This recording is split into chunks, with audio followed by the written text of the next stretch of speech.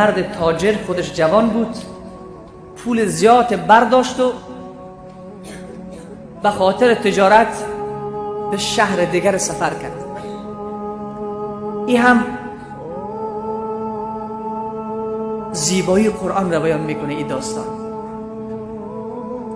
آرامش قرآن را بیان میکنه. این داستان میگه وقتی سفر کرد به سرزمین دیگر، وقتی وارد سرزمین شد، در بازار برده فروشان، سابق برده فروشی بازار داشت، کنیزان را میفروختند، غلامان را میفروختند. در بازار برده فروشی ناگهان همین تاجر پولداری که خیلی ثروت داشت گذرش افتاد که چند تا غلام و کنیزی بخرد که در میان همین جماعه غلامان و کنیزان یک دختر بسیار زیبا، آنقدر زیبا، لباس بسیار زیبایی به تنش است، آواز بسیار شیرین و دلربایی دارد، خوب میرقصد و میخواند و میرقصد.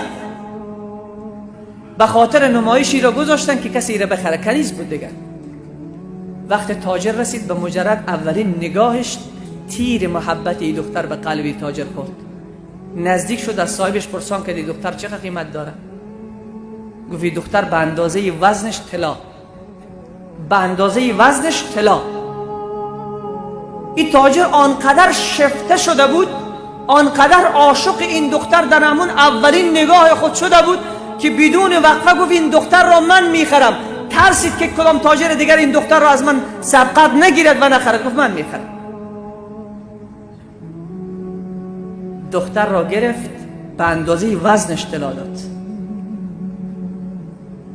دوباره برگشت از این شهر، گفت من میروم، من الماسی که کار داشتم خریدم، گوهری که کار داشتم خریدم، من دیگر هیچ کار ندارم.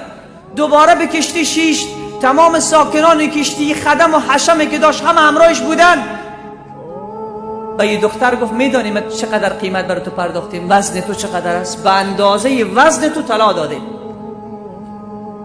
ما را دیگر سرگرم کو، هر هنری که تو یاد داری شروع کو در بین کشتی، ما را سرگرم کو، میرقصی میخوانی، ما را آرام بکن. بعد از لحظات دختر از جای خود بلند شد، شروع کرد به رقصیدن. بسیار آواز شیرین داشت و میخواند و میرقصید. و این جوان تاجر یک گلاس شراب به دستش تماشا میکرد، به این دختر لذت میبرد و این میرقصید. آنقدر شراب کشید که صدا میزد، عربده میکشید، صدا میزد هر کسی از این کنیز من زیباتر بخواند و هر کسی سراغ دارد از کنیز من زیباتر دختر را که زیبا برقصد و زیبا بخرد بخواند، من 2 برابر وزنش طلا میدهم. یک حافظ قرآن داخل همین کشتی نشسته بود. میگر حافظ ابن قیم جوزی میگه حافظ قرآن داخل همین کشتی بود. یه حافظ قرآن قلبش آرام نگرفت. حافظای با عمل، حافظایی که قرآن درونشان را منور از نور کرده بود، هیچ چیز فریبشان نمیداد. از جای خود بلند شد، نزدیک همین جوانی که شراب به دستش و دختر میرقصد، به این عربده میکشد و همه ساکنان کشتی با رقص و خواندن دختر مست شدند. حافظ قرآن نزدیک شد به همین تاجر، برش گفت من یک کس را میشناسم که از این زیباتر میخوانه، از این زیباتر آواز داره، از این زیباتر موسیقی داره، قسم موسیقی داره که بشنوی آب میشوی، دیوانه میشوی، بدون شراب به زمین میفتی. تاجر رو کرد به طرفش به عصبانی، گفت اگر از کنیز من کس زیباتر و زیبارو و زیبا صدا را پیدا کردی 2 برابر وزنش طلا میدهم.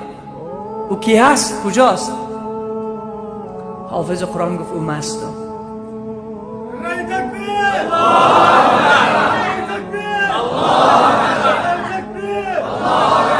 گفت او مستم. گفت بفرما، شروع کن، بخوان.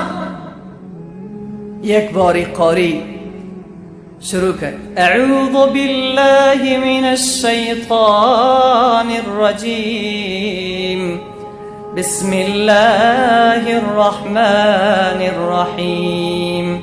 قل متاع الدنيا قليل والآخرة خير لمن اتقى ولا يظلمون فتیلا.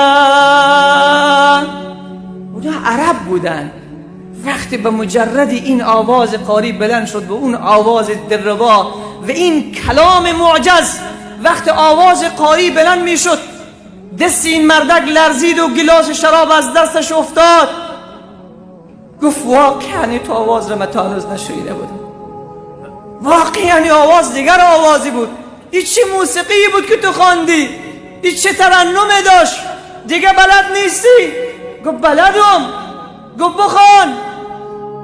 قاری باز شروع کرد فمن شاء فلیؤمن ومن شاء فلیکفر إنا أعتدنا للظالمين نارا أحاط بهم سرادقها. این آیه را شروع کرد. وقتی این آیه را خواند دیگر حالت از بسیار دگرگون شد. وضع این جوان تاجر خراب شد. گفت ای جوان از این دیگه زیباتر موسیقی نداری که داشته باشی؟ بخوان. گفت دارم از این هم زیباتر دارم.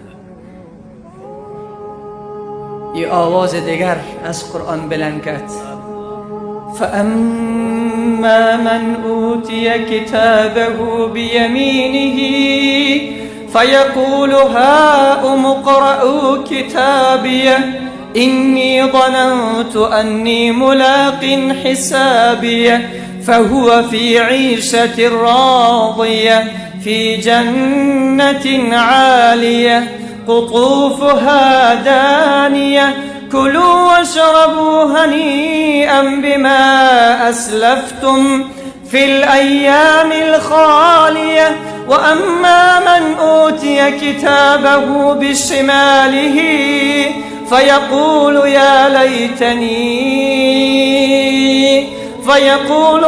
ليتني لم أوت كتابيه.